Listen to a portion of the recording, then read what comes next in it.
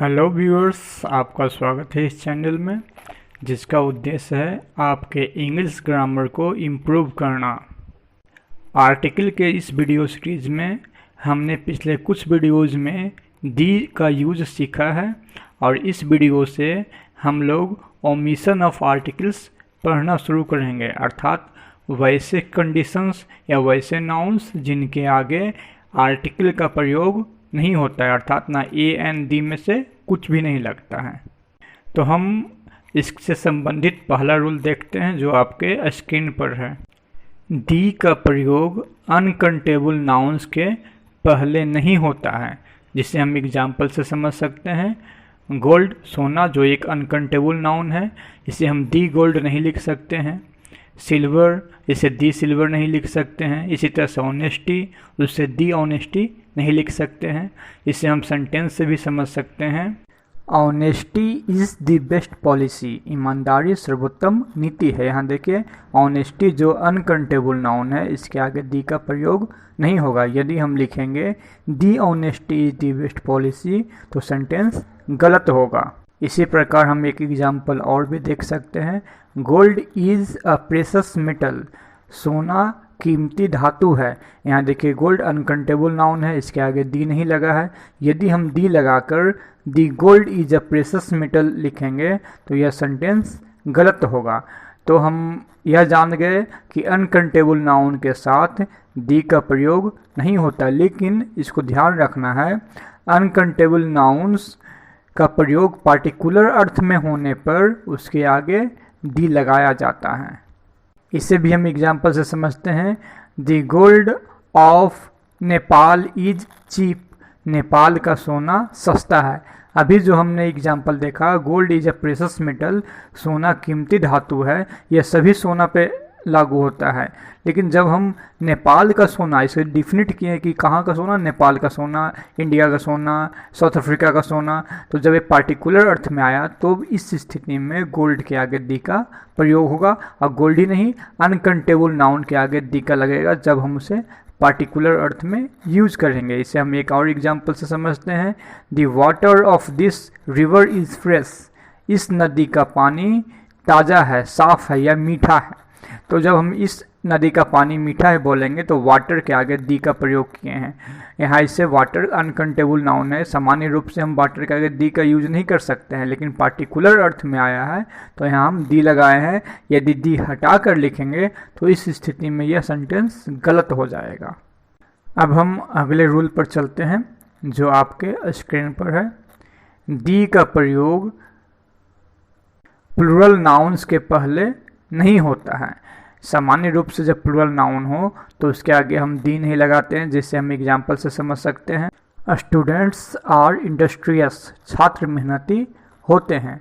इस स्थिति में देखिए स्टूडेंट्स जो एक प्लूरल नाउन है, इसके आगे दी का यूज नहीं करेंगे। हम एक और एग्जाम्पल उठा सकते हैं। Mangoes are grown in Bihar, Bihar में आम उपजाए जाते हैं। यहाँ देखिए मैंगोज है जो प्लूरल नाउन है, इसके आगे दी का यूज नहीं किए हैं। यदि हम लिखेंगे the mangoes are grown in Bihar तो यह सेंटेंस गलत होगा। लेकिन अनकाउंटेबल नाउन की तरह इसमें भी प्लूरल नाउन का प्रयोग भी पार्टिकुलर सेंस में होने पर उसके आगे दी लगाया जाता है। हम इसे इस तरह से लिख सकते हैं।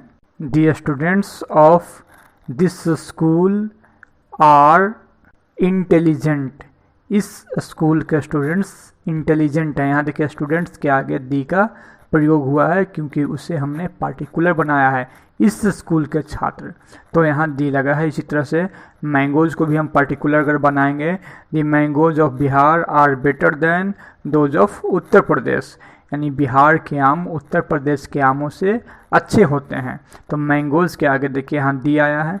तो इस स्थिति में यदि हम पार्टिकुलर बनाएंगे तो उसके आगे दी का प्रयोग करेंगे। यदि दी हटाकर हम लिखते हैं दी मैंगोज ऑफ बिहार के जगह पर सिर्फ mangoes of Bihar are better than those of Uttar Pradesh लिखेंगे तो यह सेंटेंस गलत होगा। अब हम इसके अगले रूल की ओर बढ़ते हैं। दी का प्रयोग खेलों के नाम के पहले नहीं होता है। हम इसे समझ सकते हैं फुटबॉल सही है, लेकिन जब दी फुटबॉल लिखेंगे गलत होगा। इस तरह से पोलो सही है, लेकिन दी पोलो गलत होगा। क्रिकेट सही है, लेकिन दी क्रिकेट गलत होगा। हम इसे एग्जाम्पल सेंटेंस में भी देख सकते हैं। आई प्ले क्रिकेट, मैं क्रिकेट खेलता हूँ।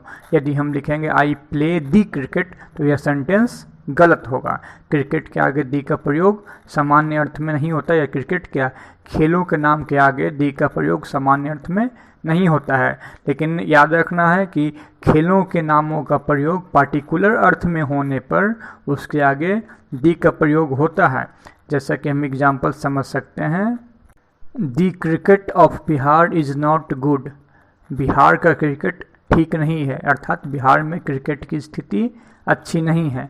यदि हम यहाँ से दी हटाकर लिखेंगे cricket of Bihar is not good तो गलत होगा, क्योंकि हमने क्रिकेट को पार्टिकुलर किया है, पार्टिकुलराइज्ड किया है कि बिहार का cricket.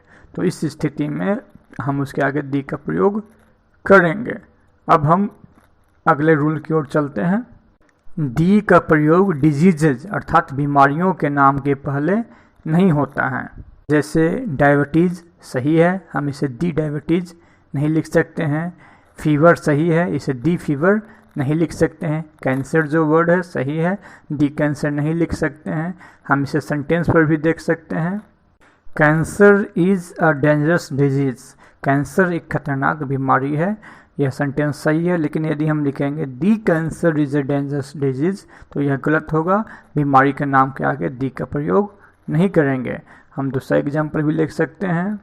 Corona is an infectious disease, corona एक संक्रामक बीमारी है। यदि हम दी कोरोना लिखेंगे तो यह सेंटेंस गलत होगा।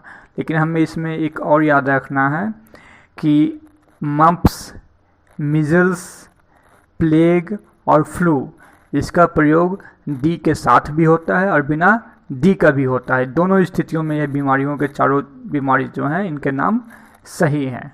तो इस वीडियो में हमने ओमिशन ऑफ आर्टिकल्स का अध्ययन शुरू किया है। अगले वीडियो में भी यही कंटिन्यू रहेगा। तब तक आप इस वीडियो सीरीज़ के साथ बने रहें। धन्यवाद।